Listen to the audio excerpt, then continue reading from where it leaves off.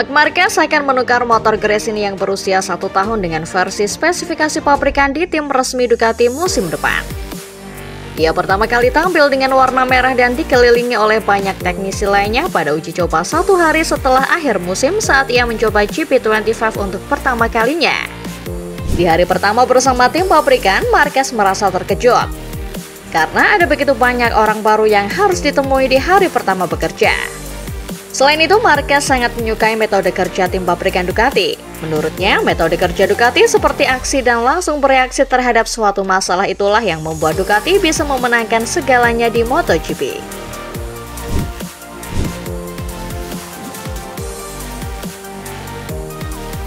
Grande Premio melaporkan bahwa pemerintah Goyas telah mencapai kesepakatan dengan Dorna untuk membawa MotoGP kembali ke Brasil mulai tahun 2026. Penandatanganan perjanjian untuk membawa MotoGP ke Autodromo Internacional de Goiânia Ayrton Senna akan dilakukan pada tanggal 12 Desember dan akan berlangsung selama 5 tahun. Jacarepagua menjadi tuan rumah Grand Prix Rio de Janeiro antara tahun 1995 dan 2004. Sedangkan Grand Prix Brasil berlangsung di Goiânia antara tahun 1987 dan 1989 dan Interlagos pada tahun 1992. Sejak 2004, kesepakatan awal MotoGP telah diumumkan untuk tempat di Deodoro dan kemudian Brasilia, tetapi keduanya tidak terwujud. Proposal terbaru ini menyusul pertemuan antara pemerintah Goyas dan Dorna di Titi Belanda tahun ini di Assen dan kemudian dengan CEO Dorna Carmelo Ezpeleta di Madrid. Argentina adalah satu-satunya seri Amerika Selatan yang saat ini ada dalam kalender MotoGP. Tetapi balapan di Termas de Rio Hondo dibatalkan untuk tahun 2024 dan diragukan untuk tahun 2025 yang dijadwalkan pada tanggal 14 hingga 16 Maret.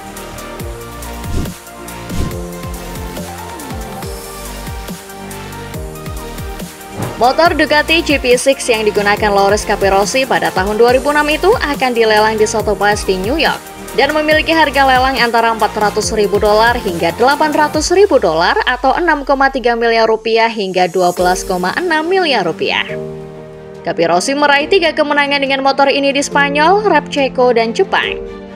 Motor ini juga menutup era 990cc di MotoGP dengan finish 1-2 di Valencia saat Roy Pellis memenangkan balapan. Ini adalah motor terakhir dari GP 990 saat MotoGP beralih ke motor 800cc pada tahun 2007. Motor ini diambil langsung dari pabrik Ducati pada tahun 2007 dan masih memiliki label pengawas akhir musim Valencia yang utuh. Dengan demikian, motor ini merupakan sebuah langkah dalam perjalanan bagi pabrikan Italia tersebut. Ini merupakan mesin dari sebelum era Desmosedici yang saat ini dominan di Ducati.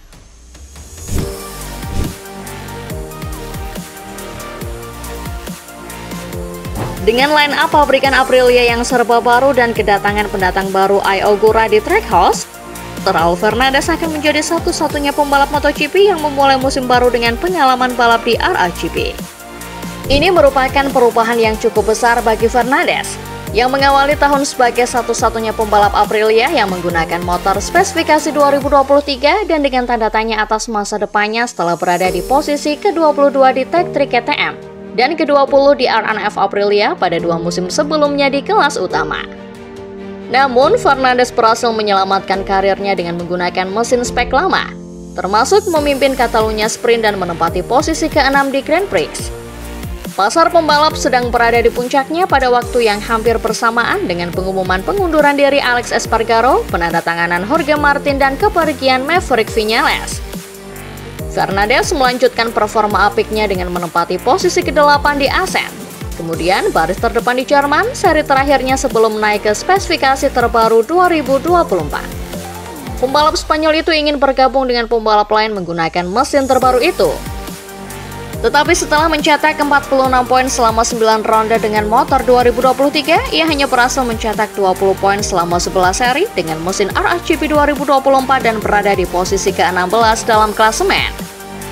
Namun, Rivola juga mengisyaratkan bahwa Fernandez perlu memisahkan pencarian setup motor yang terasa lebih baik hanya baginya saja, yang belum tentu menjadikan motor itu bisa menjadi yang tercepat di lintasan. Jadi, terkadang Rivola harus bersikap cukup keras dan yakin dengan keyakinan timnya serta mendorong Fernandes untuk terus mencoba sesuatu yang mungkin tidak disukainya. Tetapi Rivola yakin motornya akan lebih cepat. Rivola mengonfirmasi bahwa keempat pembalap akan memiliki motor spesifikasi pabrikan terbaru dari tes pramusim pertama di 2025.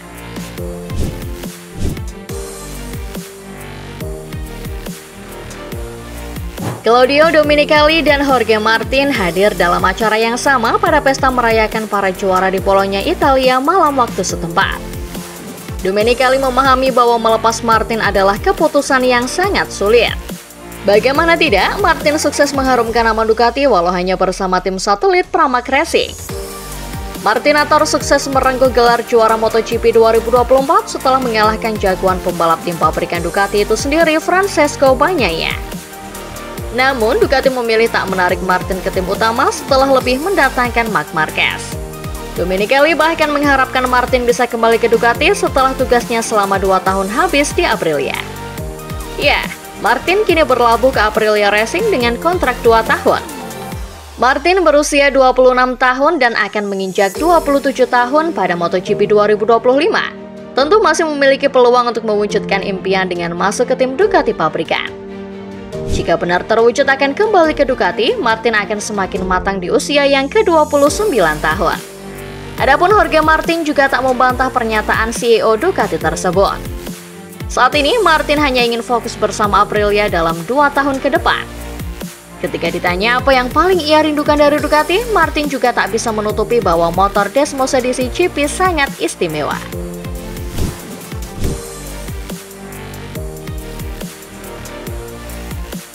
Satu yang tertinggal dari tes Barcelona adalah rumor pedok yang mengatakan bahwa adanya potensi Yamaha mulai melakukan tes untuk mesin V4 mereka pada tes pramusim Sepang bulan Februari 2025 mendatang. Saat ini tidak ada satupun pabrikan di MotoGP yang memiliki lebih banyak pekerjaan yang harus dilakukan selain Yamaha, yang tengah mengembangkan motor dengan konfigurasi baru yakni V4. Konfigurasi mesin yang sama belum pernah mereka pakai selama ini di era MotoGP 4 tak. Namun, selain itu, Yamaha juga terlihat terus serius mengembangkan YCR M1 4 silinder segarisnya. Karena memang secara umum saat ini statusnya Yamaha belum 100% yakin bahwa mereka akan membalap dengan V4, dan mereka sangat piawai di mesin inline 4. Bisa terbayang bahwa konsentrasi pengembangan mesin jelas akan terpecah, tapi mau nggak mau mereka harus lakukan itu semua. Yamaha sendiri yang mengumumkan rencana pengembangan mesin V4 ini beberapa bulan lalu. Walau kita tentu tahu bahwa sejatinya keputusan itu diambil beberapa bulan sebelumnya. Tentu saja Yamaha membangun V4 karena berbagai alasan, termasuk arah pengembangan ban saat ini di mana geriban belakang Michelin yang memiliki pita kerja sangat kecil sepertinya membutuhkan mesin konfigurasi seperti ini. Sementara ini, hipotesisnya memang mesin V4 cukup memiliki karakter yang klop untuk mengatasi karakter ban Michelin yang semenjak dahulu memang terkenal istimewa ban belakangnya. Mesin V4 menggunakan torsi lebih banyak saat keluar tikungan melalui gaya stop and go dan menikung V-style. Sementara itu, mesin 4 silinder segaris membutuhkan ban depan yang bagus untuk memanfaatkan keunggulan kecepatan menyapu tikungannya yang luar biasa. Mesin yang serba baru ini menandai perubahan orientasi yang mahal bagi Yamaha yang telah membalap dengan mesin YCR M1 4 silinder segarisnya sejak MotoGP beralih ke mesin 4 tak berkapasitas besar pada tahun 2002. Memenangkan 8 gelar juara pembalap dan 5 mahkota konstruktor. Namun dalam beberapa tahun terakhir, mesin 4 silinder segaris semakin sulit bersaing dengan mesin V4 yang saat ini digunakan oleh produsen MotoGP lainnya. Banyak perancang mesin percaya bahwa mesin 4 silinder segaris memiliki keterbatasan. Pada putaran lebih dari 800.000 RPM, kruk as dan camshaft yang lebih lebar dapat mengalami getaran dan puntiran torsi yang dapat mengganggu sistem transmisi dan menyebabkan katup mengalami floating. Crank dan cam pada mesin V4 yang lebih pendek logikanya lebih kuat sehingga mesin V4 dapat disetel lebih agresif. Secara umum, regulasi saat ini terutama konsesi kelas D yang masih dipegang oleh Yamaha memungkinkan mereka memiliki mesin V4 1000cc seiring dengan mesin inline 4 1000cc saat ini.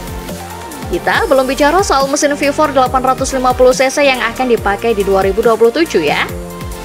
Dan jika memang sumber daya Yamaha baik itu SDM dan juga finansial memang bisa menangani pengembangan 2 atau bahkan 3 mesin berbeda, maka ya memang bisa saja mereka nothing tulus gaspol langsung di 2025 ini dengan mesin konfigurasi baru.